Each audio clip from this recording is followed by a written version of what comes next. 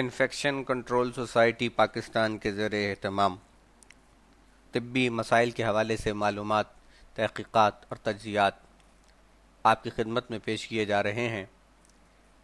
اس programme میں ہم نے مختلف مسائل پر گزارشات آپ کی خدمت میں پیش کیں۔ اس وقت ہم بالخصوص استفادہ کر رہے ہیں پاکستان نیشنل فورم آن وومن ہیلتھ کے شائع کردہ ایک جریدے جس کا عنوان تھا جہاں عورتوں کے لیے ڈاکٹر نہ ہوں سے۔ اس جریدے میں بہت سارے امراض کے حوالے سے معلومات فراہم کی گئی ہیں، جس میں بالخصوص خواتین کی صحت کے حوالے سے بات ہوئی ہے۔ ہم اس وقت گفتگو کر رہے ہیں ایڈز کے حوالے سے، جو آج کی دنیا کا ایک بہت شدید مسئلہ ہے۔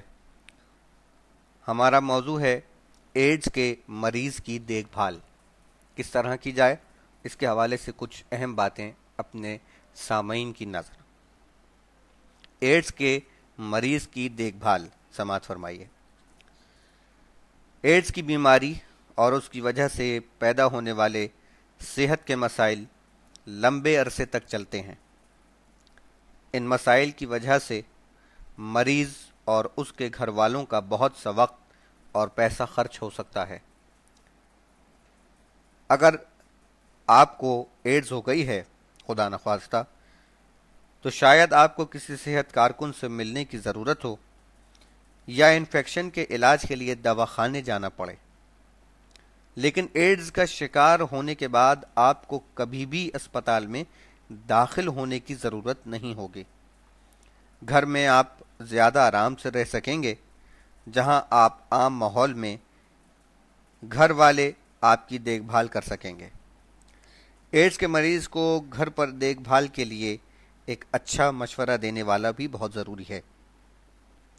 اگر آپ کو کوئی تکلیف ہو گئی ہے جو گھر پر علاج سے دور نہیں ہو رہی، تو پھر کسی ایسے صحت کارکن، اسپتال یا ڈاکٹر کو تلاش کریں جس کے بارے میں آپ کو یہ اعتماد ہو کہ وہ ایڈز کے مریضوں کے علاج کا تجربہ رکھتا ہے۔ پھر جب بھی کوئی تکلیف یا مسئلہ پیدا ہو، اسی صحت کارکن یا ڈاکٹر سے رجوع کریں۔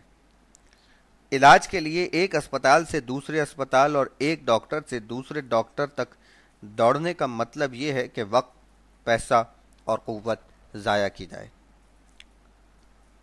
اسپتال میں داخل ہونا زیادہ مہنگا ہوتا ہے۔ گھر پر اچھی غذا اور اچھی دیکھ بھال میں کم پیسے خرچ ہوتے ہیں۔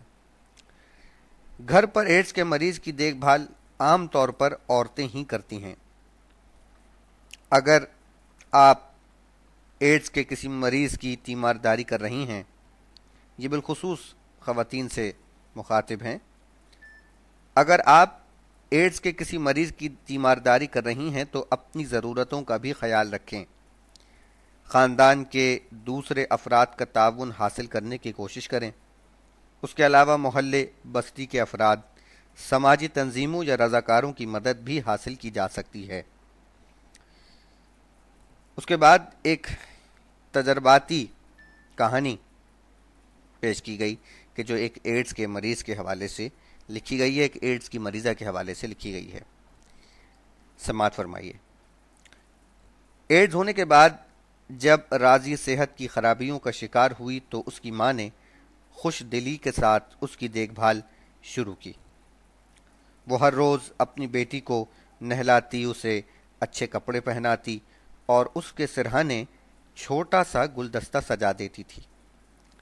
راضی کو بھوک نہیں لگتی تھی، لیکن ماں اس کے لیے کوئی نہ کوئی ایسی چیز بناتی کہ وہ تھوڑا بہت ضرور کھا لیتی تھی۔ گھر والے اس کے ساتھ اپنی روزمرہ کی باتیں کر کے دفتر، محلے اور پڑوسیوں کے بارے میں بتاتے۔ ان کی پرلطف باتوں سے راضی کو محسوس ہوتا کہ بیماری کی وجہ سے اسے برادری سے باہر نہیں کیا گیا ہے۔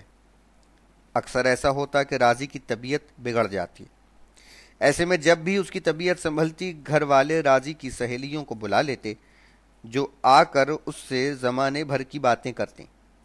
اچھے گانوں، بات چیت اور گھر والوں کی خوش مزاجی کی وجہ سے یہ گھر زندگی سے بھرپور نظر آتا تھا۔ راضی کو لگتا کہ سب اسے پہلے کی طرح چاہتے اور پیار کرتے ہیں۔ ایڈز نے اس کے اور اس کے گھر والوں کے درمیان دیوار کھڑی نہیں کی اور وہ ہمیشہ کی طرح محبت سے بھرپور زندگی گزار رہی ہے۔ لہٰذا ایڈز کے مریض کو آئسولیشن میں کر دینا یا تنہا کر دینا یہ اس مرض کا حل نہیں ہے۔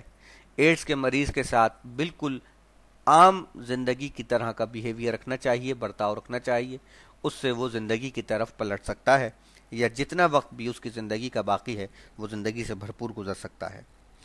اس موضوع کو آگے بڑھاتے ہوئے بتایا گیا کہ گھر میں HIV انفیکشن سے بچاؤ کے کیا کچھ طریقہ کار ہیں۔ یہ بہت اہم بات ہے، توجہ سے سماعت فرمائیے۔ گھر میں HIV انفیکشن سے بچاؤ۔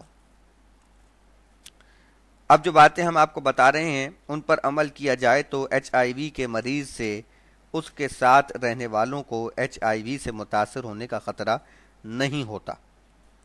نمبر 1، مریض کی جسمانی رطوبتوں مثلا خون، قے، پیشاب کو مت چھوئیں۔